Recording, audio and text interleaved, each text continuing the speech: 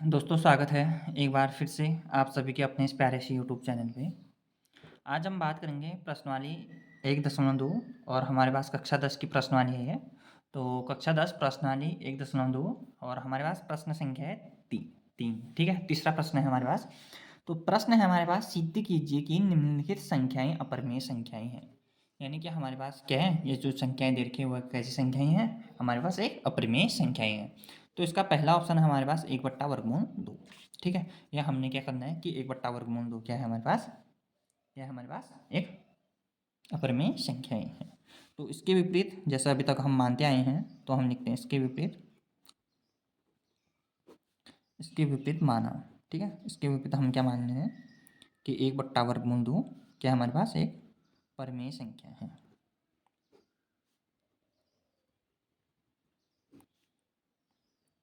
1/वर्गमूल 2 क्या है हमारे पास एक परिमेय संख्या है। तो हमारे पास यहाँ पर क्या होगा, 1/वर्गमूल 2 बराबर P/Q। ठीक है, यह हमारे पास क्या है, P/Q। तो अब हम इसको क्या कर देंगे, क्रॉस मल्टीप्लाई कर सकते हैं इसको हम। ठीक है, या तो हम क्या करें पहले इसके, ठीक है, पहले इसके कंडीशन लिख देते हैं P/Q के फॉर्म में। तो जहाँ क्या आ गया P कॉमा, सॉरी पहले हम जहाँ Q does not equal to G, sorry Q does not equal to 0। ठीक है, Q क्या है, 0 के बराबर नहीं है, या Q इक्वल टू लिखना। ठीक है, थोड़ा सा सॉरी इसके लिए। तो Q बराबर 0 के बराबर नहीं है। ठीक है, ये इस फॉर्म में लिखेंगे। और P कॉमा Q हमारे पास क्या है, पूर्णांक है। एक और कंडीशन होती है इसके लिए HCF, ये दोनों का HCF यानी कि P और Q का HCF हमारे पास कितना होना चाहिए, बराबर 1 होना चाहिए। ठीक है, ये हमारे पास 3 कंडीशन होते हैं जब भी कोई भी संख्या क्या होती है, प्रमेय संख्या होती है। ठीक है, तो अब हम यहाँ पर ये इस फॉर्म में आ गए, तो हम यहाँ पर क्या करते हैं, इसका वर्ग करने पर, तो दोनों पक्षों का वर्ग करने पर। ठीक है, जो ये वाला सवाल है वो आपका प्रश्न संख्या 1 की तरह है, इतना ध्यान रखना। तो दोनों पक्षों का वर्ग करने पर, दोनों पक्षों का वर्ग करने पर, तो 1 का वर्ग कितना होता है 1, वर्गमूल 2 का वर्ग हमारे पास कितना होता है 2। ठीक है, क्योंकि वर्गमूल 2 गुणा वर्गमूल 2 कितना होता है 2। तो P का वर्ग बराबर P² और Q का वर्ग बराबर Q²। ठीक है, ये इस फॉर्म में आ गई। तो यहाँ इसको गुणा करेंगे तो Q² बराबर कितना आ जाएगा, ये इस साइड जाएगा 2P²।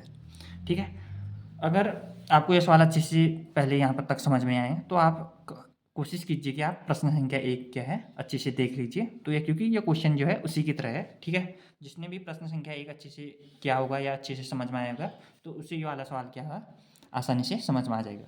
तो जब भी इस टाइप की कंडीशन आ रही थी Q² बराबर 2P², ठीक है, Q² बराबर 2P² है, तो यानी कि ये 2 गुणा के फॉर्म में है। ठीक है, 2 गुणा के रूप में है, तो हम लिख सकते हैं कि Q² 2 से विभाज्य है।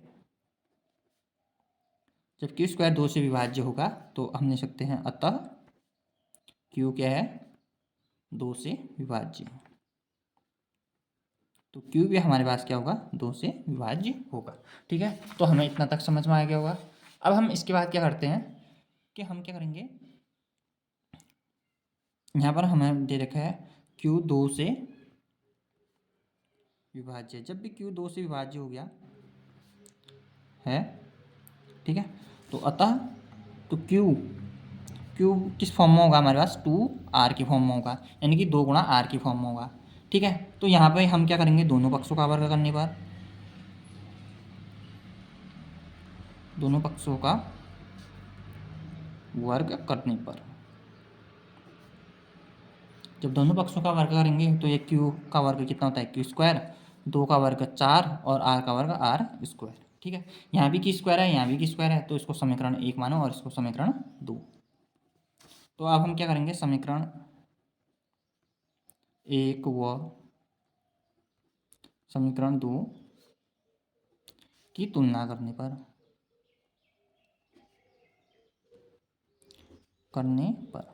तो समीकरण 1 और 2 की तुलना करेंगे तो यहाँ पर Q² की जगह क्या है, यहाँ पर 2P², तो 2P² और यहाँ पर क्या आ गया 4R²। तो ये गुणा में है तो यहाँ कितना आ जाएगा बट्टी R²। तो ये आ गया P² 4/2 हमारे पास कितना होता है 2 होता है, तो ये आ गया 2R²। ठीक है, इसी फॉर्म में आ गया। तो यहाँ पर क्या आएगा हमारे पास, P² 2 से विभाज्य है। P² हमारे पास क्या है 2 से विभाज्य है, अतः पी भी 2 से विभाज्य होगा। ठीक है, पी भी क्या होगा हमारे पास 2 से विभाज्य होगा। ठीक है, ये वाला कंडीशन आपको पता चलेगी। जब इस फॉर्म में आ गया, क्योंकि हमारे पास क्या है, क्यू भी 2 से विभाज्य था और पी भी 2 से विभाज्य है, क्यू और पी 2 से विभाज्य है,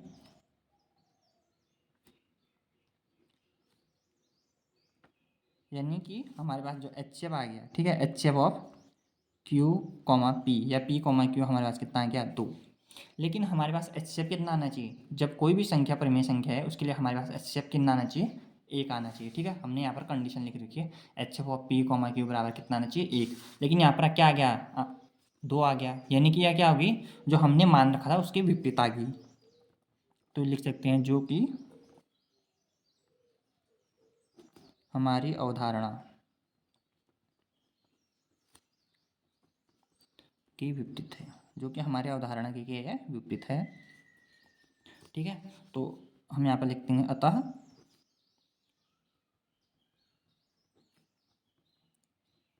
हमारे द्वारा मानी गई बात, ठीक है, जो हमारे द्वारा मानी गई बात है, अतः हमारे द्वारा मानी गई बात विरोधाभास विरोधाभास प्रकट करती है। ठीक है, तो यह हमारे क्या है, विरोधाभास प्रकट करती है, यानी कि हमें इसका विपरीत मानना पड़ेगा। हमने क्या मान रखा था कि जो एच है, ठीक है, वो 1 वर्गमूल 2, यह हमारे पास क्या है, परिमेय संख्या है, माना था। लेकिन यहाँ क्या बोल रहा है कि इसके विपरीत मानना पड़ेगा हमें, तो हम यहाँ पर लिखते हैं इसलिए 1/वर्गमूल 2, ठीक है, 1/वर्गमूल 2 परिमेय संख्या, सॉरी 1/वर्गमूल 2 हमारे पास क्या है, अपरिमेय संख्या है। ठीक है, इसलिए 1/वर्गमूल 2 हमारे पास क्या आ गई, एक अपरिमेय संख्या आ गई। ठीक है, तो यह काफ़ी अच्छी तरीके से ये क्वेश्चन को आपको समझाया गया है। ये क्वेश्चन थोड़ा सा हार्ड है, लेकिन ये एग्जाम के पॉइंट ऑफ व्यू से क्या है, काफ़ी सारा इंपॉर्टेंट है। ठीक है, बहुत इंपॉर्टेंट क्वेश्चन है। तो आशा करता हूँ कि आपको इस प्रश्न का हल जो है वो समझ में आ गया होगा। ठीक है ना दोस्तों, तो आप इसको एक बार और ट्राई करें इस क्वेश्चन को। ठीक है, तो तब तक के लिए धन्यवाद दोस्तों।